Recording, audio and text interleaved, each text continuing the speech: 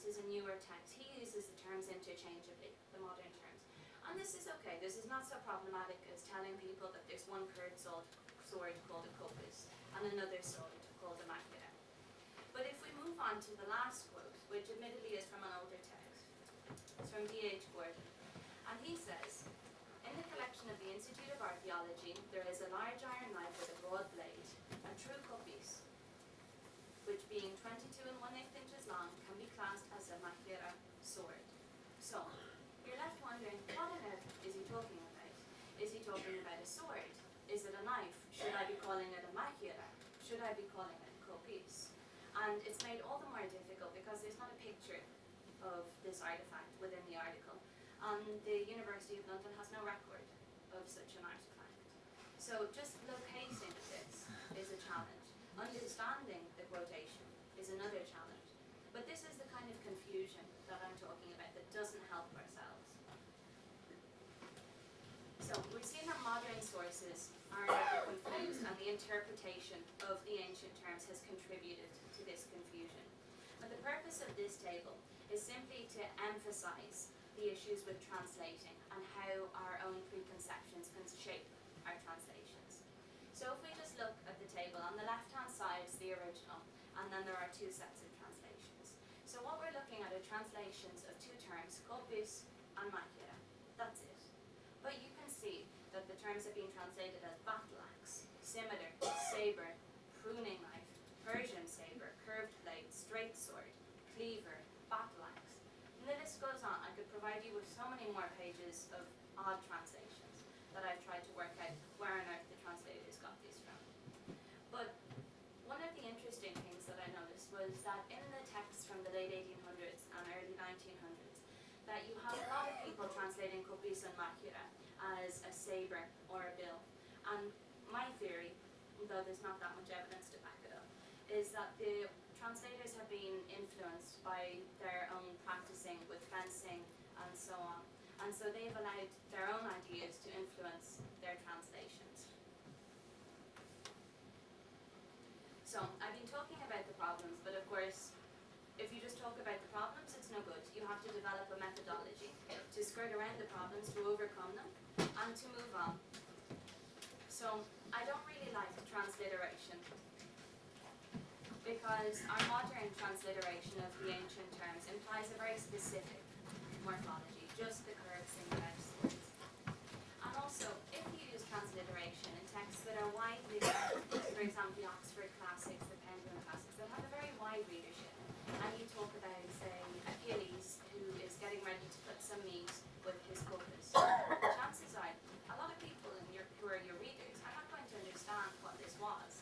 But if you just said it was a curved knife, then it's easily understood. So we have to stop trying to transliterate so much. And also, if we try to translate very specifically, if we try to translate kopis and machaira as battle axe, sabre, and scimitar, this gives us an incorrect idea about the morphology. Because even if we take machaira to mean at its widest variety of meanings, it's never like a battle axe. And if we look at the Greek curved swords, they curve differently to the sabres and the scimitars. So these are just incorrect, and they provide us with the wrong ideas.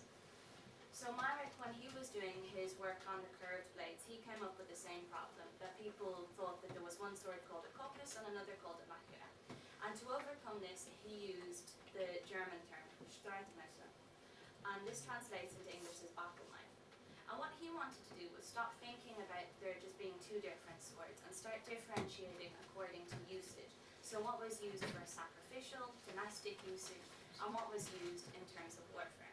And this is a great thing. But the problem is that when we translate it into English, that we come up with battle knife. So for me, certainly, maybe some of you might disagree, but when I think of a knife, I think of making myself a sandwich, cooking something. I don't think of bringing it onto the battlefield with me. It has these domestic connotations. So in order to overcome this, I use curved blades in my thesis. Now it's clunky, it's not perfect, I'm the first to admit it. But the reason that I use blades is because it's an inclusive term, so it implies a sword and a knife, not one or the other. And curved, using that, it stays true to the morphological qualities that I'm looking at. So little crocodile Dundee. What I want you guys to think about is how differently we can all perceive swords, knives, and the shapes and sizes.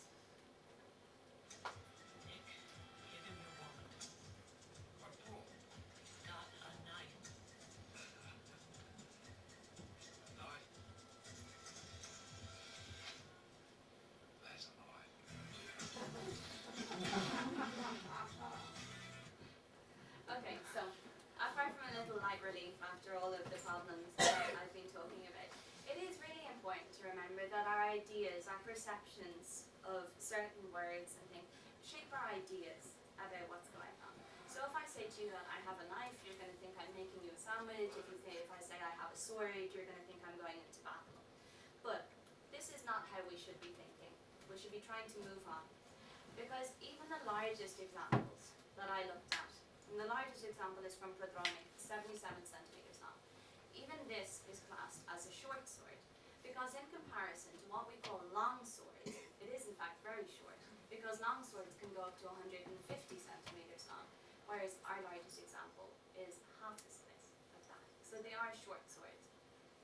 But what I want to point out is that there shouldn't be a difference in size. That's not what we're thinking about. We should be looking at differences in terms of morphology.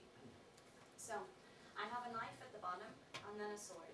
You can see that there's not a big difference in terms of length, but there is a difference in morphology. So our ideas of what a sword is and what a knife is, we should try not to apply them to this study because it's shaping our perceptions. So, as I said, we've seen that the wide range of meanings are inherent in the terms machaira and kopis. And I've mentioned how good they were in combat.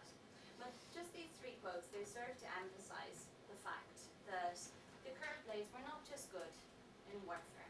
They're described as sacrificial tools, they're used to butcher meat, and they're described in a list of general domestic utensils. And the range of uses is really important to note because this is something that has not been given enough weight in most studies. And this is mostly because nobody else has looked at the material in such detail before. So unless you develop an inclusive methodology and you decide to look at all of the evidence, you simply don't realize that the curved sword is being used for things apart from killing people and maiming people. So this is just a nice graph for us all to look at for a minute. And the fact that it was useful all round is made very clear because it shows the various contexts where the terms and the blades were portrayed. So the blue values represent, when we look at the literature and we take all of the terms machaira and kopis as referring to the curved single-edged morphology, which we know is not true, but just to give you an idea. And then the red values represent the literature when we take away all of that ambiguity and something in the literature that can definitely be linked with the curved single-edged blades. And the green values represent the iconography. So you can see that metaphor was the highest value, the highest context, and this was from the literature, and mostly because of the biblical texts. But then war and fight are both high values as well, and this is something that you would expect. But just to differentiate between how I classed is seen as war, how I classed is seen as fight. War implied organized armed combat, so you didn't necessarily have to have two big groups of people meeting each other and fighting, but you did have to have two distinct sides. And there was a sense of organization that was not inherent in the scenes that were classed as fight. So an example of a fight scene might be a scuffle between two people or a pygmy being attacked by cranes. This is quite popular on red figure vases. So this is just getting rid of all the ambiguity from the literary evidence. And the blue values representative of the literature, the red represents the iconographic evidence. So you can see that there's this non-applicable category at the end that's to do with the iconographic evidence. And this was just when the vase was too fragmented and it wasn't clear what was going on in the scene. You could see that there was a curved blade, but you couldn't see who was wielding it, what was being done with it, anything else. So it was there, but that was the only information that you could get. And I think it's important here to mention that from the 236 extracts where the terms machaira and kopis were mentioned, only 51 of them could actually be linked with the curved single-edged